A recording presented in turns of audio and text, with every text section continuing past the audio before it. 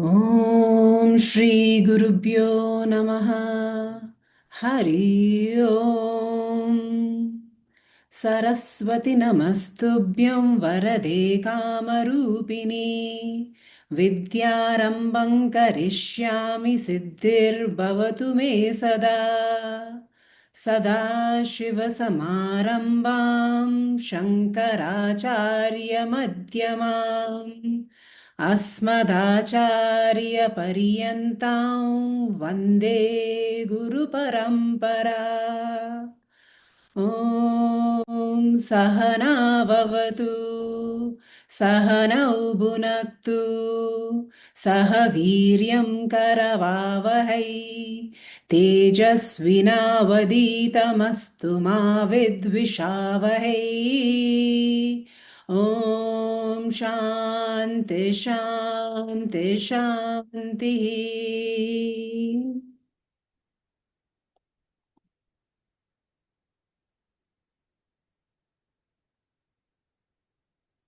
Welcome, everyone. Morning. Yes, how's everyone today? Good. Yes. So last class we looked at what is Karma Yoga, correct? And we saw that karma itself cannot be avoided. Is this true? Yeah. Karma cannot be avoided. We cannot be without doing actions in the world. But every time we do actions, we create more and more karma phalam, fruits of these actions. So whether it's punyam or papam, the more karma you accumulate, more you will get stuck in this ocean of samsara, this repeated cycle of birth and death. Now, so how do you be in the world, participate in the world? And we said how even if you're sitting, you can't escape the world or actions by going and sitting in a cave and meditating, right? Even that is an action. So, how do you be in the world but use the world to move towards your spiritual growth? And the answer was Karma Yoga, that we try to convert all our actions, all our karma into Karma Yoga. And we do this with the right attitude and the right action. So the right attitude, the bhavana was Ishwar Arpanam, like dedicating all my actions to the Lord, and Ishwar Prasada Buddhi. And then after performing these actions in the best way possible, because these are being dedicated to the Lord, I accept whatever comes as prasadam. And so whether it was what I wanted or not, I accepted because it's Ishwar Prasadam. And of course, we also make sure that the action itself is the right action. So we did all this in the last class.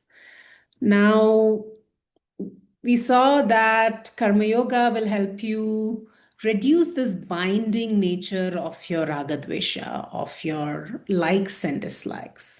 Likes and dislikes itself will never completely go away, but how much they bind you, how much they have a capacity to cause you suffering, that can be reduced by reducing the binding nature. So, Karma Yoga is one such thing which would help you do that. It would also help you convert your instinctive reactions to more deliberate, devoted actions. Besides Karma Yoga, now Vedanta gives us various ways to prepare the mind, various ways to give these internal disciplines of the mind. Now, if you did Tattva Bodha or somewhere else, if you've been studying, you know what these internal disciplines are. The Shat Sampatti. It is Shama, the one-pointedness of the mind. Dhamma, the withdrawal of the senses from the external world. Uparati, one pointed focus on your goal. Titiksha, which is endurance towards the pairs of opposites, towards the heat and cold, and towards pleasure and pain. Shraddha, faith, and Samadhanam. That is a continuation of your Uparati, basically. And we saw that all these internal disciplines are necessary for a spiritual seeker, for to get this chitta shuddhi, the purity of the mind. Now, besides Karma Yoga, Vedanta talks about various paths like Bhakti Yoga or Jnana Yoga or Raja Yoga. Thing is, are these really separate paths at all? What is Karma Yoga separate from Bhakti? Can you do Karma Yoga without devotion? What do you think?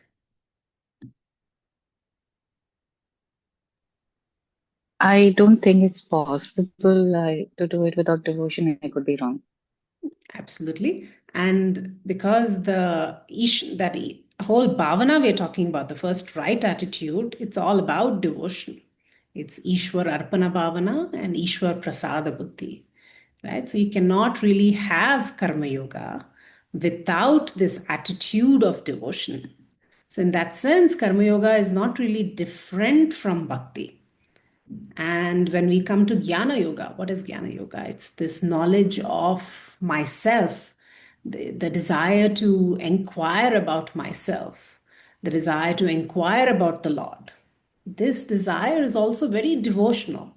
It is also not different from bhakti. And when you come to Raja Yoga, wanting to purify myself through the practice of japa and meditation or asana, this is all also bhakti, right? So really, we talk about these different paths in yoga, but it is important to realize ultimately that they're not really different paths. At most, you can think of them as different starting points, but they all converge towards the same goal. And all of them are meant for any sadhana you do, is meant for chitta shuddhi, this purity of the mind, so that the knowledge of who I am, which is given in the scriptures, can be assimilated. Now, having said that, we will look at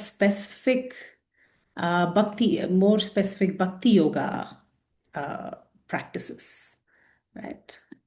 If you can open the PDF and we will chant verse 4 and 5. And yeah, let's chant 6 also together. You can unmute yourself. Repeat after me. Kaya Vangmana Kaya Uttamam कायवम्मना कायमुत्तमम् Pujanam Japa Chintanam Kramat पूजनं जपश्चिन्तनं क्रमात् Jagata Ishadi Yukta Sevanam जगत् ईषधी युक्तसेवनम् Ashtamurti Brit Deva Pujanam अष्टमूर्तिभिर्देवपूजनम् Uttamastava उत्तमं सवादुच्चमन्दतः Chittajam Japa Dhyanamuttamam. चित्तजं जप ध्यानमुत्तमम्.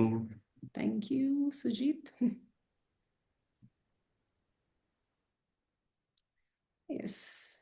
So the fourth verse, it says, Kaya Vang Manaha. Kaya is body, Vang is tongue, and Manaha is the mind. Karya, which means action or karma. Action. So basically, the actions done through the body, the tongue, and the mind, the physical actions, the verbal actions, and the mental actions. So it's called Kaika, Vachika, and Mansika.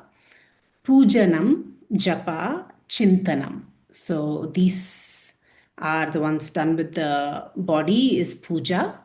The actions done with the tongue is japa. And that which can be done with the mind is chintanam, meditation. So here we're talking about a very specific kind of meditation. I'll explain. Uttamam, superior. These are sequentially superior. So the actions done with the mind is the most superior. That which can be done with the tongue is sequentially lesser so, and that with the done with the body is the least superior of all these, right? So the idea is for a spiritual aspirant, you should graduate from puja to japa to meditation. And doesn't mean you cannot be doing all these three at the same time. As you progress, the amount of time you are capable of spending in each of these will increase. So they're all serving the purpose of Chitta Shuddhi. Now, why is Ramana Maharishi telling us that one is more superior than the other? Because when you sit down and do a puja, you can still do it very automatically, like on an autopilot. If you have a pujari you've invited home and he's chanting the puja, sometimes your mind is there, sometimes it's not there. He tells you to put something on the in the abhishekam, you do it, but maybe you're not really present, right? So you can actually do all these actions with the body without really being devoted completely. But as you move up to the higher level action, which also involves the tongue, if he's also asking you to do some chanting at the same time, there is more involvement, more devotion required for that. And then if you have to use the mind, you have to completely engage the mind. That's the highest level of devotion required. So hence, each of these actions are more superior than the previous ones. So puja is certainly a very good starting point. Many of you probably grew up in households where there was puja and rituals, and the karma kandas are full of these rituals. So whatever may be your desire in life, be it artha, kama, dharma, be it the karma kandas will give you rituals for that. If you want a son, there is a putra kameshu yajna you can do. If you want to go to heaven, there's an achiketas yajna you can do. Like that, whatever you want, there is a particular yajna, puja you can do. And the karma kandas will give you that.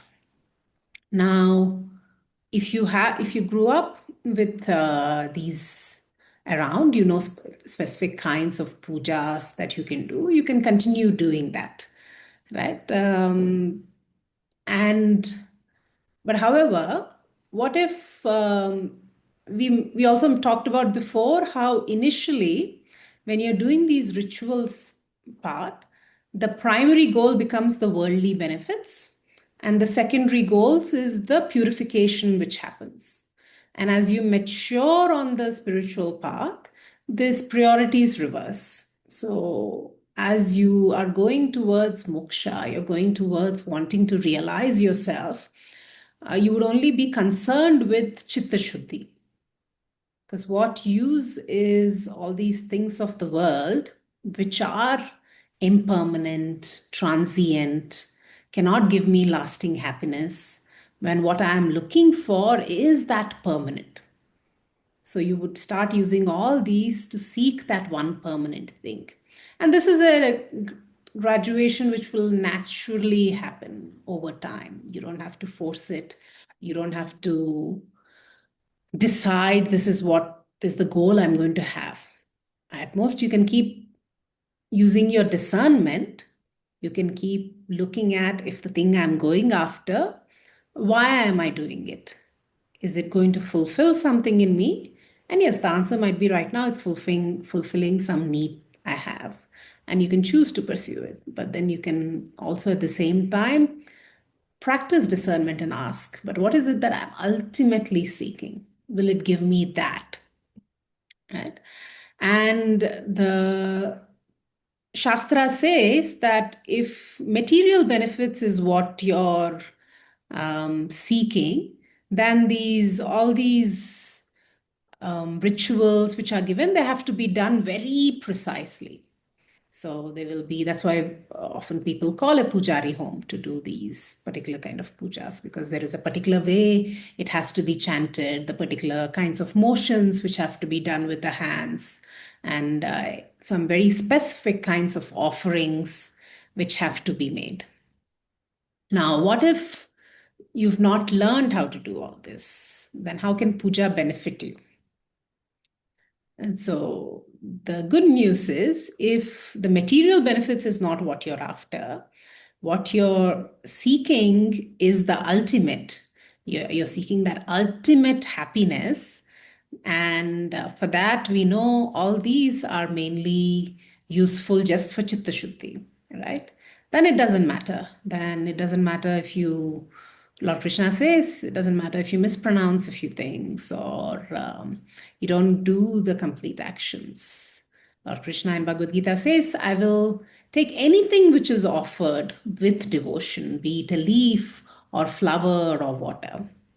So it doesn't have to be something very elaborate that you do. Your puja can just be setting up a little altar uh, wherever you are, and lighting a deepam every morning, or offering a little water to the thing. Just giving your commitment to this spiritual life, right? And it can be anything. For a long time, for many years, I when I first came to this path, I didn't have a full-time home, and I was often traveling in places. So I would have this little pouch with my altar, which had like one little Om sign, one or two pictures of the Parampara, Ramana Maharishi, and whatever was meaningful for me, and a japamala. And everywhere I went, as soon as I got to that room, I would first set up my altar. So you should set up an altar in a way where it's very visible to you. It reminds you of your devotion to this path. And it can be, so even if being a Vedantian who's trying to realize this truth of non-duality, that there is no separate Ishvara other than me, there is no separate world other than me, this can be still very useful to cultivate this devotional attitude. Many of you here, like me, probably were drawn to Vedanta because you're very intellectual, very practical, and you like being able to, this ability to question and receive answers. And for that kind of mindset, devotion sometimes does not come very easily.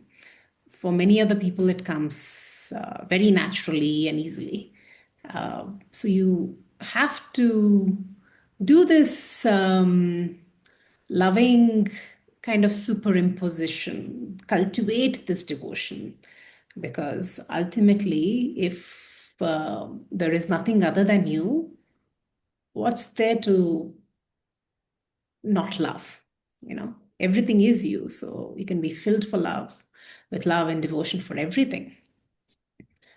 Now, so if you don't know all these elaborate pujas to do, it's what matters is your sankalpa. So your sankalpa is that attitude you start the puja with, or start any activity with. You can say that if your primary goal is moksha, you can say that I'm just doing this for Chitta Shuddhi, right? You don't even have to say it. If you ask for something very specific, like, okay, I want money, or I want this person to be well, or this is why I'm doing it, the Lord says, I will reward you for whatever you're asking for. But if you don't say anything, then what the automatic result you would get, if you're not seeking anything else, is Chitta Shuddhi. And this will help you progress on the spiritual path. So that is, puja was the kaika, the physical level activity, devotional activity you can do. And then there is japa, which is the verbal activity repetition, which we can do, which comes in the next verse. I will go into more detail of that. And the mental one is dhyanam, meditation. So here in this verse, Ramana Maharishi says, Chintanam. So he's talking about a particular kind of meditation, which is upasana. So for a Vedantian, there's two kinds of meditations. One is meditation in the sense of this, the one which leads from concentration, dharana, to dhyanam, which leads to this state of absorption, to samadhi, like this state of complete absorption. And there is various yogic techniques which you can use to achieve that.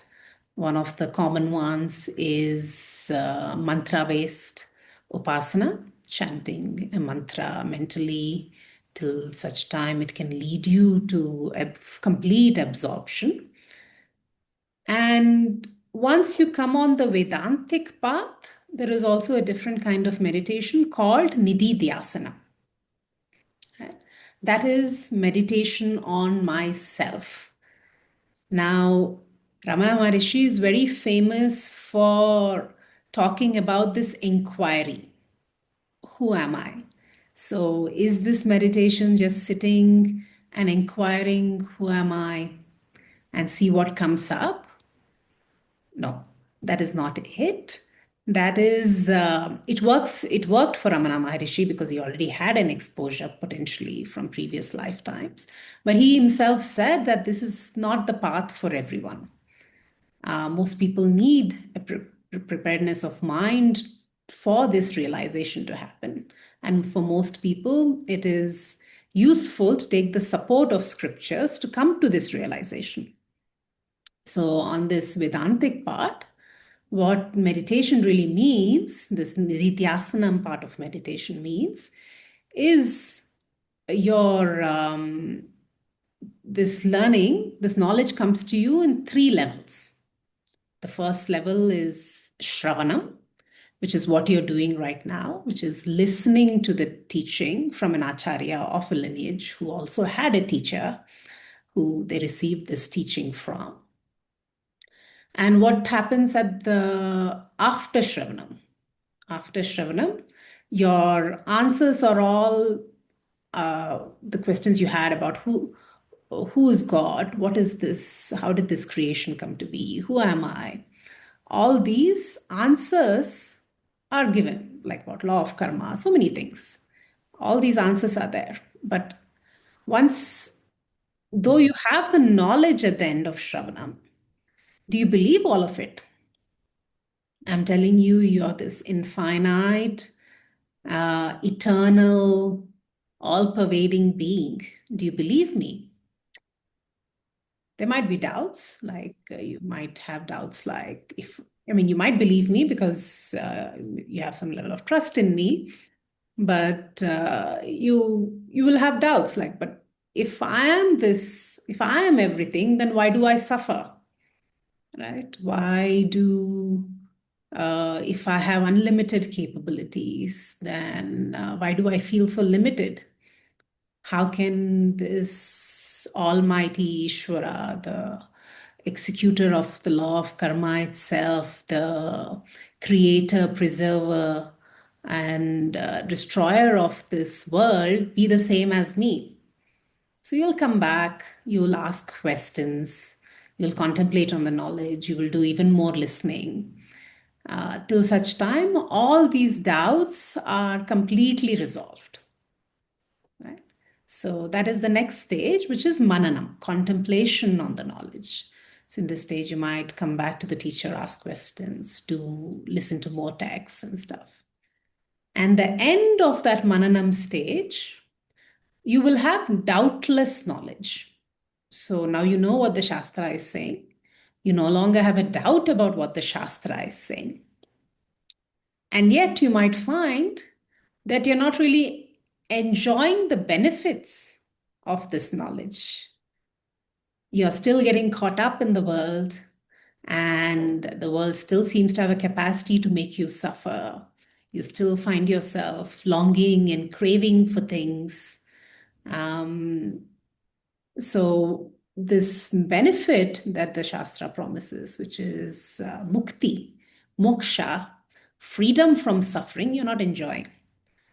And that is because there is these habitual tendencies, not just from this lifetime, but lifetimes of conditioning which you're carrying, which has to be gotten rid of. And for that, you do the last stage of nididhyasana, which is Vedantic meditation, which is meditation on the knowledge of who I am. So you can truly only do this inquiry and meditation after you've been exposed to sufficient amount of shravanam.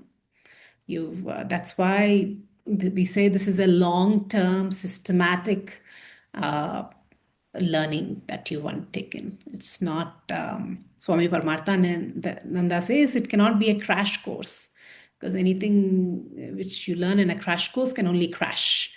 So this is a long-term endeavor that you do. And nididhyasanam itself, that meditation itself, is a happening. It will happen. So you can focus on the first few steps of the Shravanam and Mananam, and one day the nididhyasanam will just start happening. It's more of an internal difference than an external. And the chapter 6 of Gita will really tell you, is all about this nididhyasanam. Right?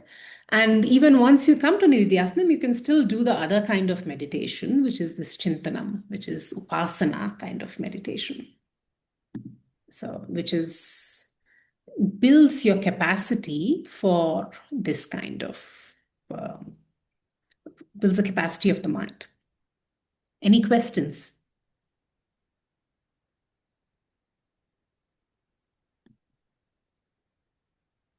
Okay. So, yeah.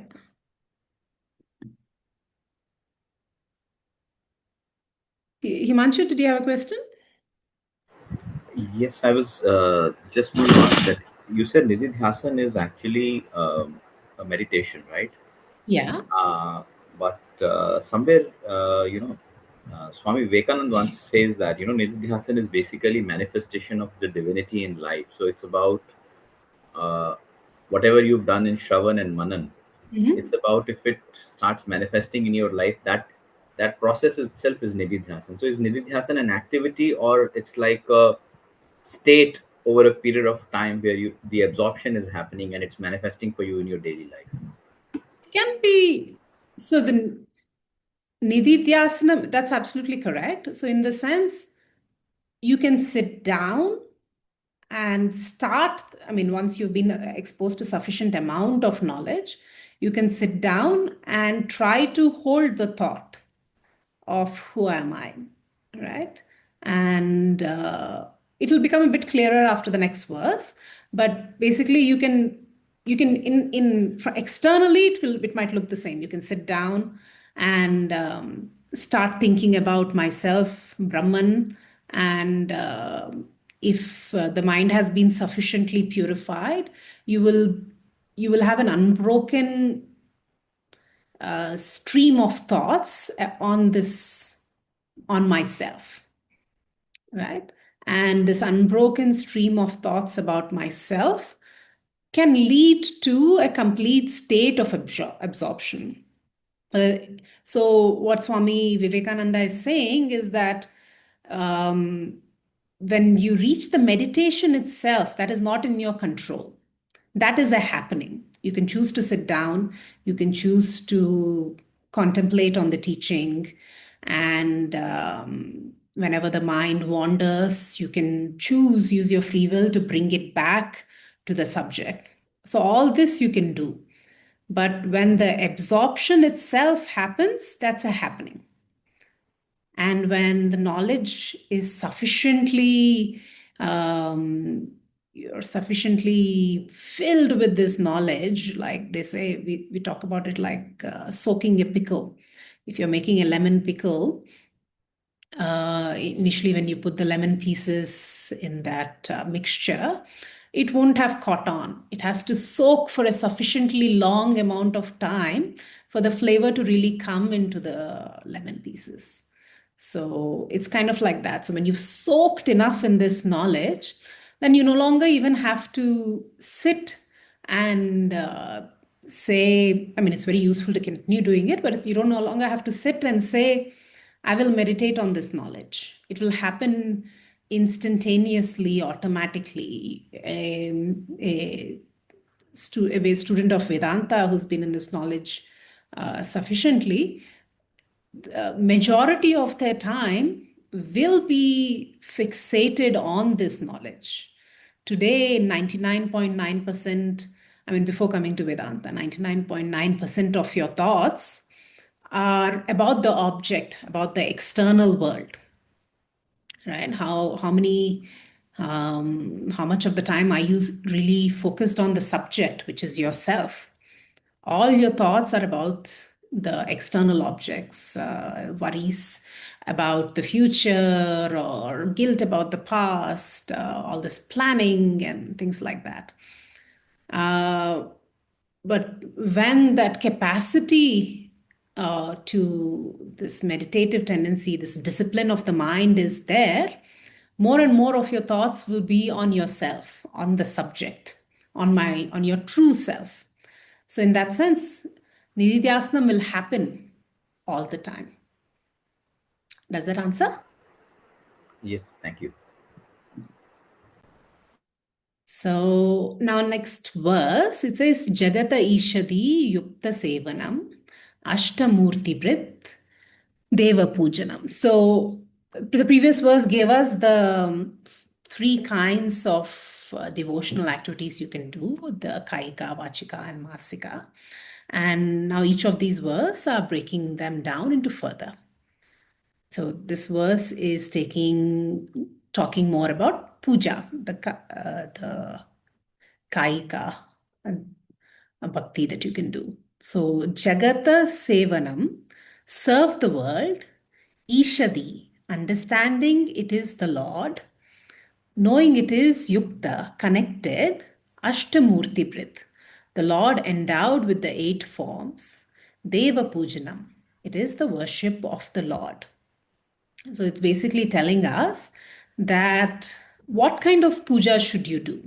Now, who should you do this puja to? All of you might have an Ishta Devata.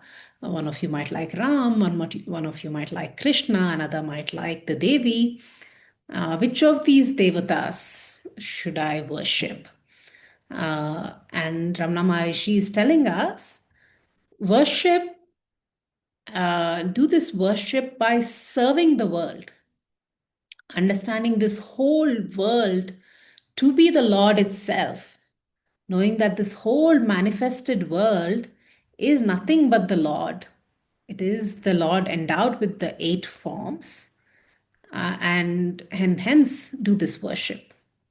Now, what is this 8 forms of the Lord? It's kind of symbolic.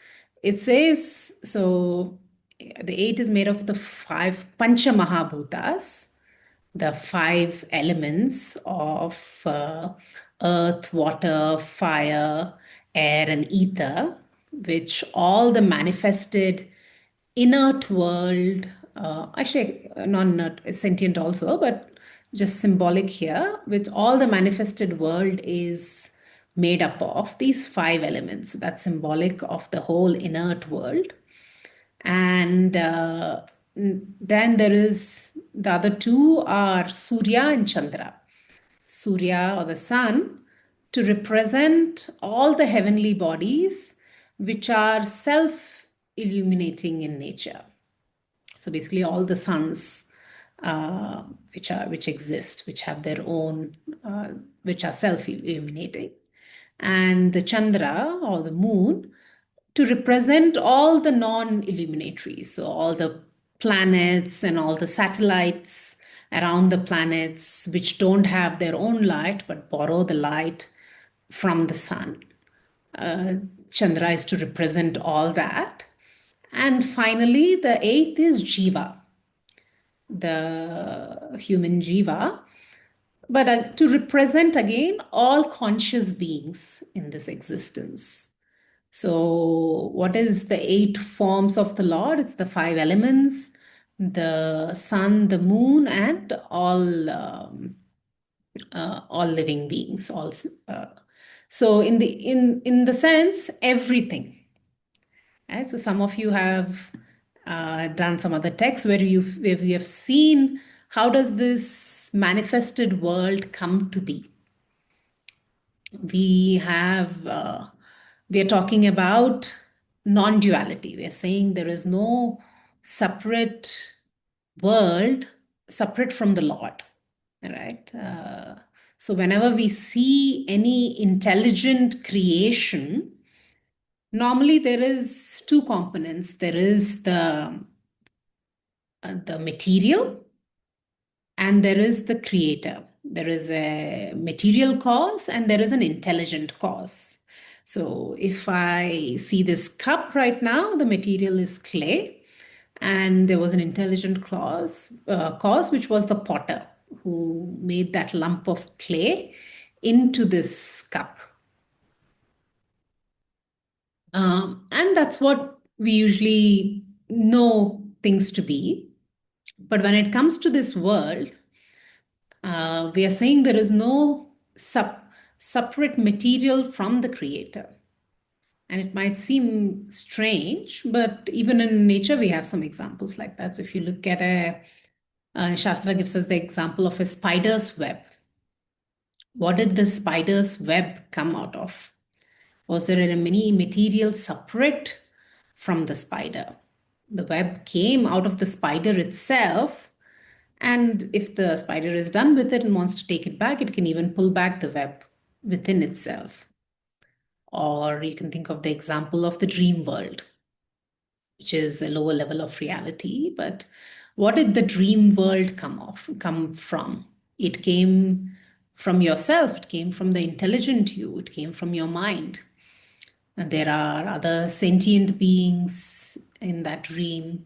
There are also inert things like rocks and buildings in that dream.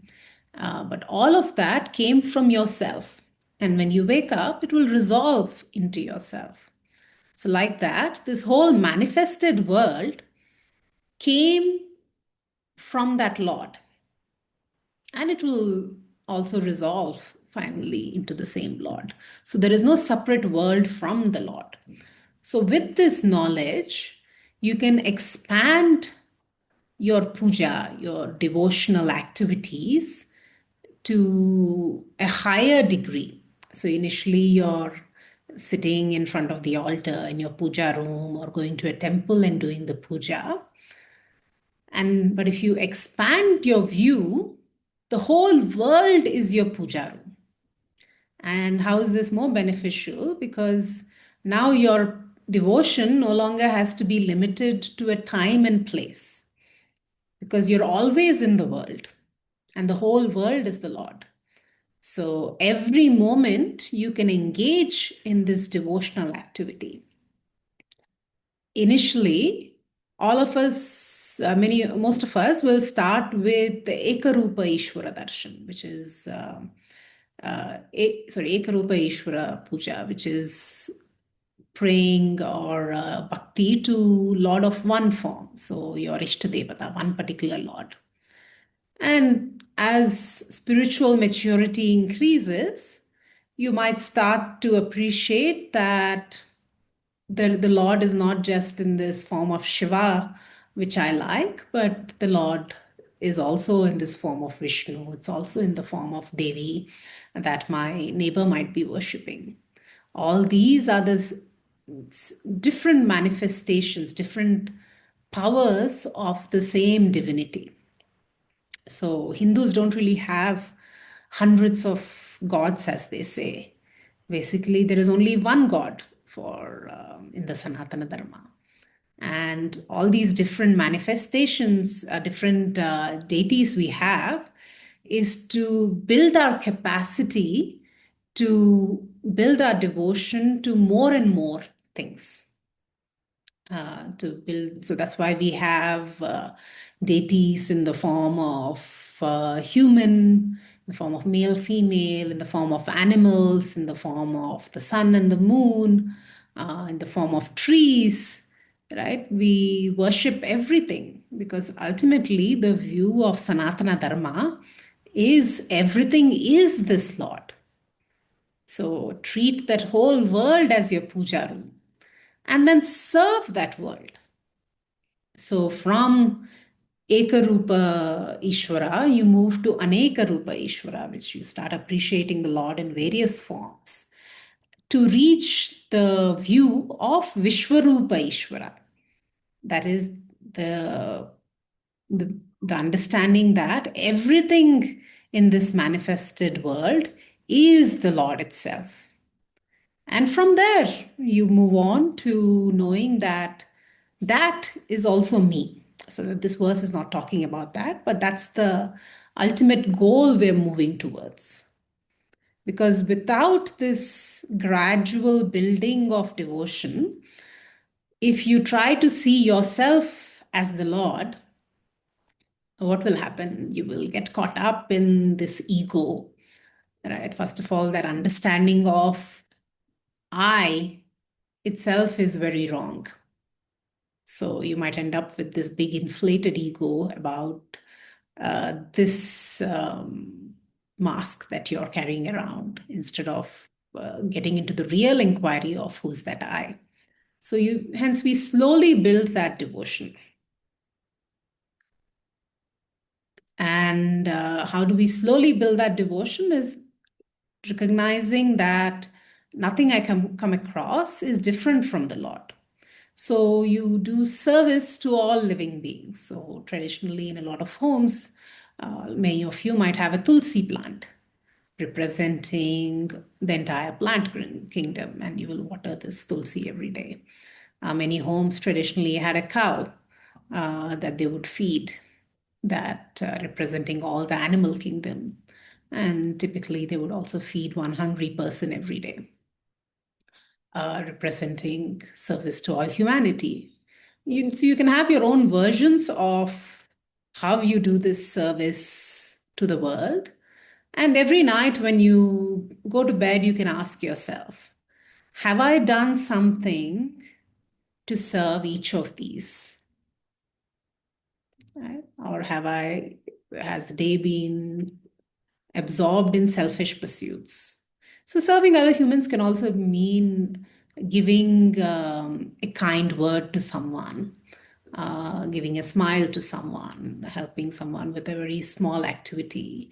You see insect stuck in the water, trying to get out, you save it, right? Instead of you're taking a walk and there are mosquitoes around, instead of trying to slap away the mosquitoes and killing them, you put some mosquito repellent on yourself. So there is many ways to do that. If you had a completely full day, there was no time for anything else but the duties you were called for, you can simply also say a prayer, Loka Samasta Sukhino Bhavantu. May there be peace for the whole world. May all sentient beings have peace. So this is the way you can serve the Lord in every moment of the day, by making all your activities devotional activities. And any service you do has to be done with the right bhavana, right attitude. You have to not be seeking any recognition or acknowledgement. You should recognize the fact that it is only by the grace of the Lord, by the grace of Ishvara, that I have the capability to be able to serve, that I have, if I'm giving food to someone, that I have this ability to give someone this dhanam because I have been blessed by Ishvara and I have an abundance. I have more than I need, and I have a capacity to share, and it's only because of the grace of Ishvara, right? With this attitude, then the karma you do itself becomes the phalam because of that attitude. If some of you came a bit earlier, I was playing Shiva Manasa Puja. So it's this beautiful mantra. I can share it after recitation, which talks about how every activity you do can be a devotional activity. So right from the moment you wake up, putting your feet on the ground, you can be devotional about that. Brushing your teeth, taking a bath, you can be devotional about that. So even if you're serving yourself, you're taking care of your body and your mind, right? You can also look at it as the temple which hosts Ishvara, right? So when you're feeding yourself, feed yourself what you would give to the Lord, not these the most nourishing things, nourishing, tasty things that you would give the Lord.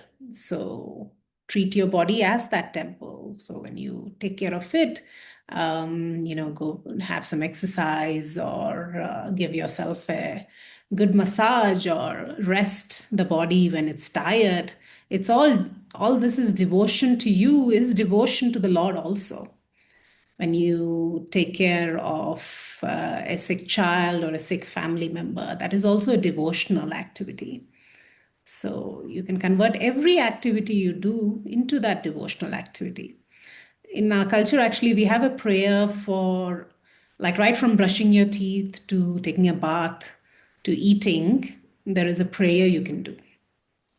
If you want, I have some of those prayers I can share if anyone would like. Or simply, if you don't know any prayers and don't want to learn any of these prayers, you can constantly remind yourself. Before stepping into any activity, you could just say Om or Hari Om as a reminder that I'm dedicating this action to the Lord. Any question?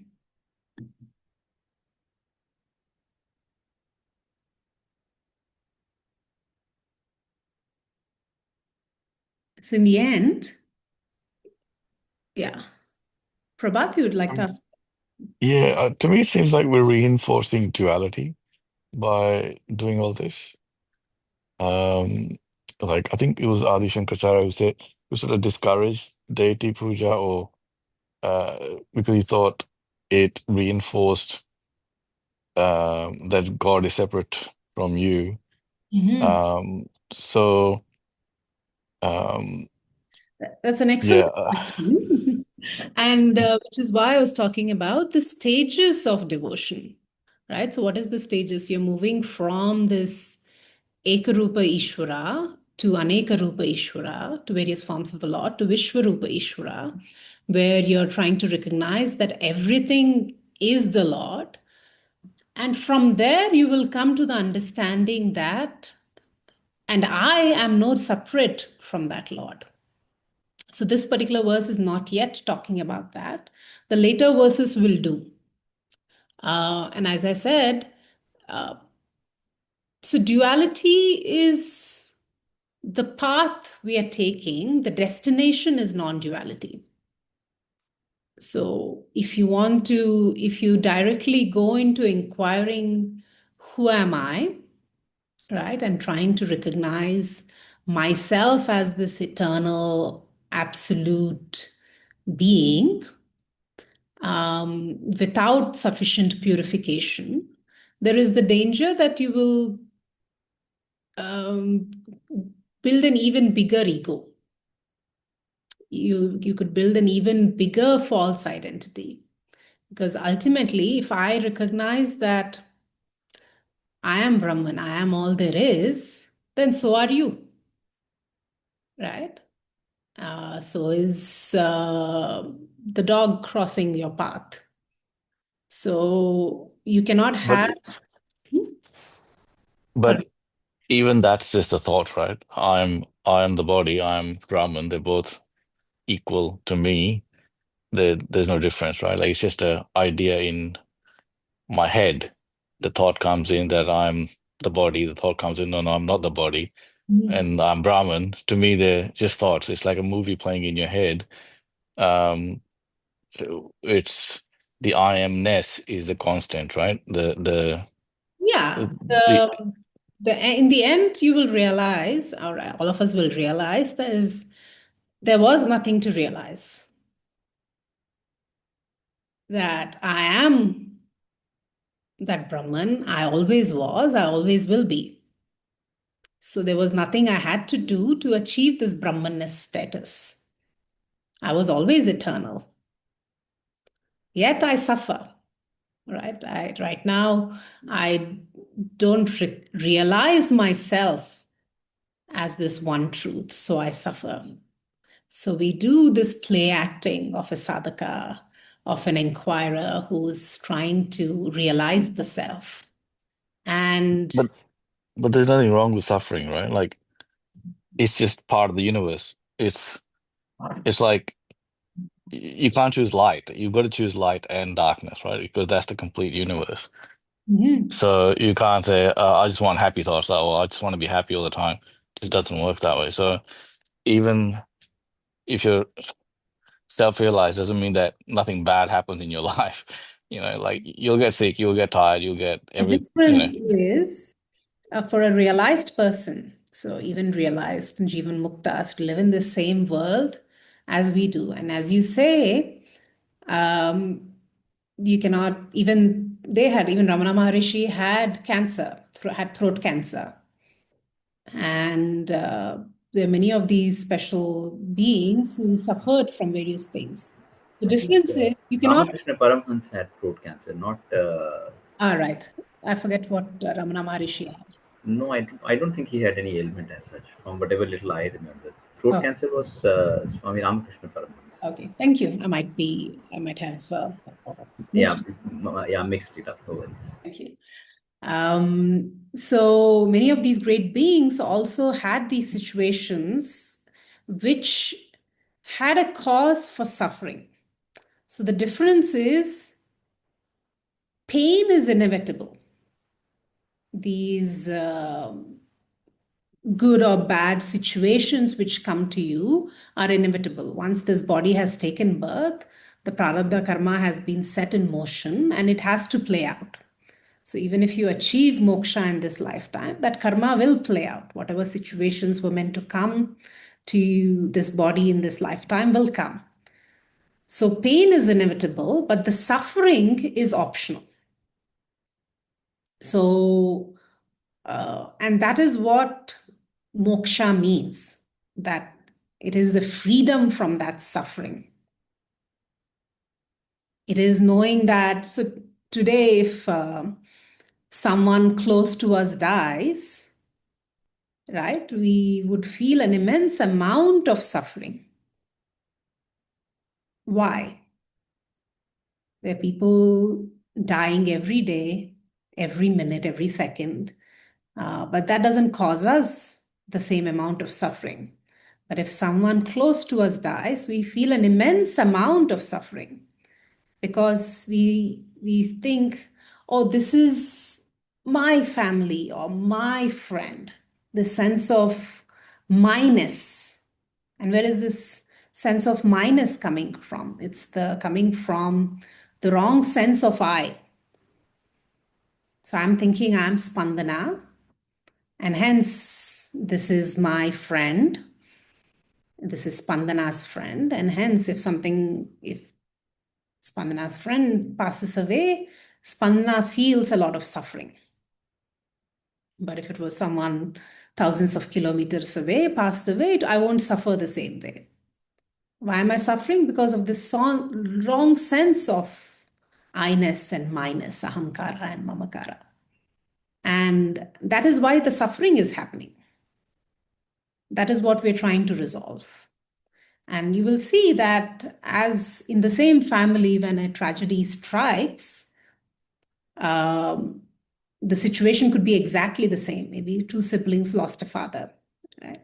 And one might take decades to get over it, and one will grieve and accept and move on. The situation was exactly the same. The suffering was different.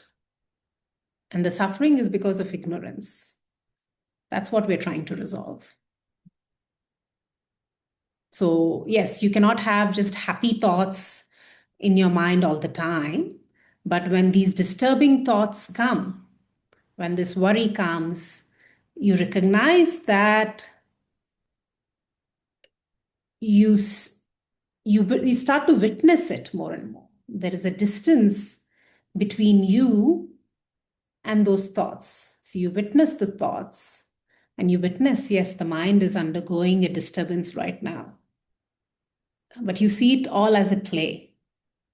You will know that it's a tendency of the mind to fluctuate, to have these varying thoughts.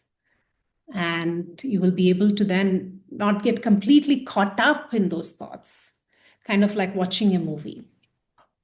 Because you're always aware that while you might choose to indulge in the movie, choose to get caught up in the romance or the tragedy which is playing out in the screen, you will cry along with the heroes and all. And the movie finishes, you see the screen and you're reminded that it was just a movie, it wasn't reality.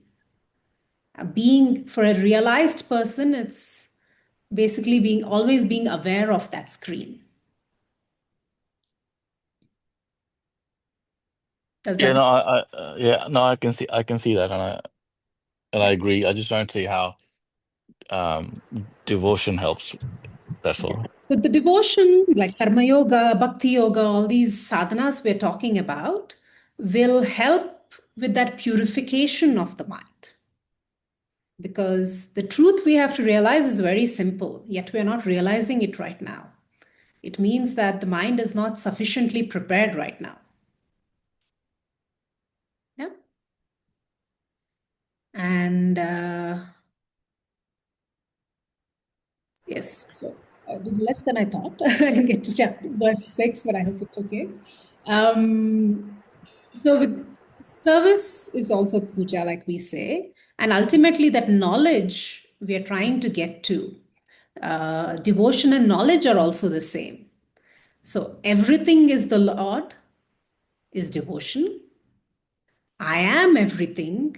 I am that. Tattvamasi is knowledge.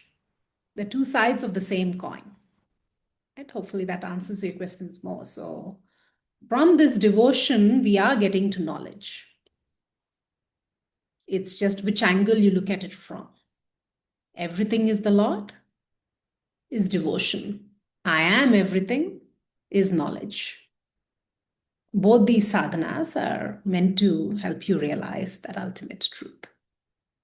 And there is no knowledge which is really possible without the surrender of your ahamkara. Ahamkara is this ego, this wrong sense of I. So first you surrender the mamakara, the sense of possessions. Do it with the small things first, like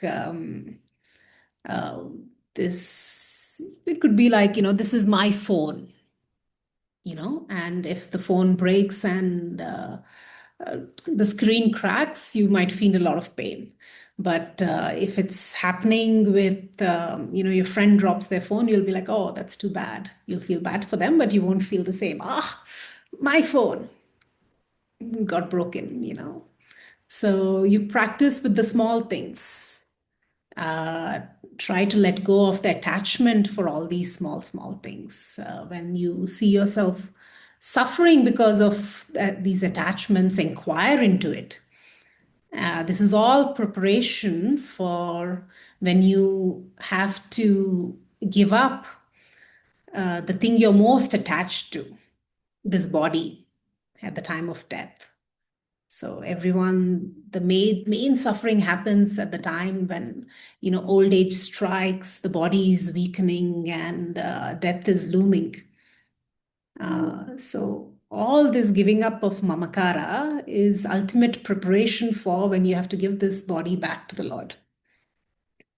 And same, so slowly let go of mamakara and then slowly let go of that ahamkara. And only when you are able to surrender both of these will you be able to accept that, will you be able to realize that knowledge. So devotion does not exclude jnanam. They're both leading us to the same place. Yeah. So it's, Can't you just let the story play? I mean, pardon what's me? wrong with can't you just let the story play? Like, you're the screen, you're the screen, Mhm. you let the story play. Like, if out of habit, the ego or the the I am the body, that part of the side takes over and says, yes, my phone's broken and I'm sad. Well, so be it. Like, who cares? It's just a movie. It has Mhm. no reality, right? So Yeah, it's, like, you don't have to change anything. Is what I'm saying. Like, so you that's don't just have to, yet you another are part of here. ego. You don't have to change anything. You are already Brahman, yet you're here listening to this Vedanta class. That is also the movie playing. Yeah, true. Realization is realizing that. Was I always was. Aham Brahmasmi. Soham, that I am. And there was nothing ever to do. But yet we engage in this play for the love of it. Yeah. I mean, it is still a more worthy pursuit than, I mean, it's the most worthy pursuit you can take up, right? Instead of being caught up in the play, you want to recognize it's a play, which is why you can watch all these different movies and dramas. And I mean, they will also affect you, but you can repeatedly watch them. And Actually, Spandaji, what Prabhat is saying is actually the state of moksha. That if you understand that you are a screen and you still let the movie continue, that's actually the state of moksha, right? That that is nothing is affecting you, and you reach that state of happiness and calmness, and you are in equanimity with everything. That whatever is happening is just a play, and you recognize it and not affect it. That's actually what the final state of moksha is, right? absolutely, that is exactly So what I if one can achieve that without any other pursuit, that's a wonderful state to be in, Prabhat. That is absolutely it. But yeah, but right now, if you identify as Himanshu or Prabhat, you probably want that for yourself. That's why you're here in this class. Right. Thank you. So let's do the final prayers. And if there's more questions, we can continue. I can take more. Om Purnamadah Purnamidam Purnat Purnamudachyate Purnasya Purnamadaya Purnameva Vashishyate Om Shanti Shanti Shanti Hari Om Shri Gurubhyo Namaha Om Tat Sat. Thank you. Thank you. Thank you, Spandaji. Thank you.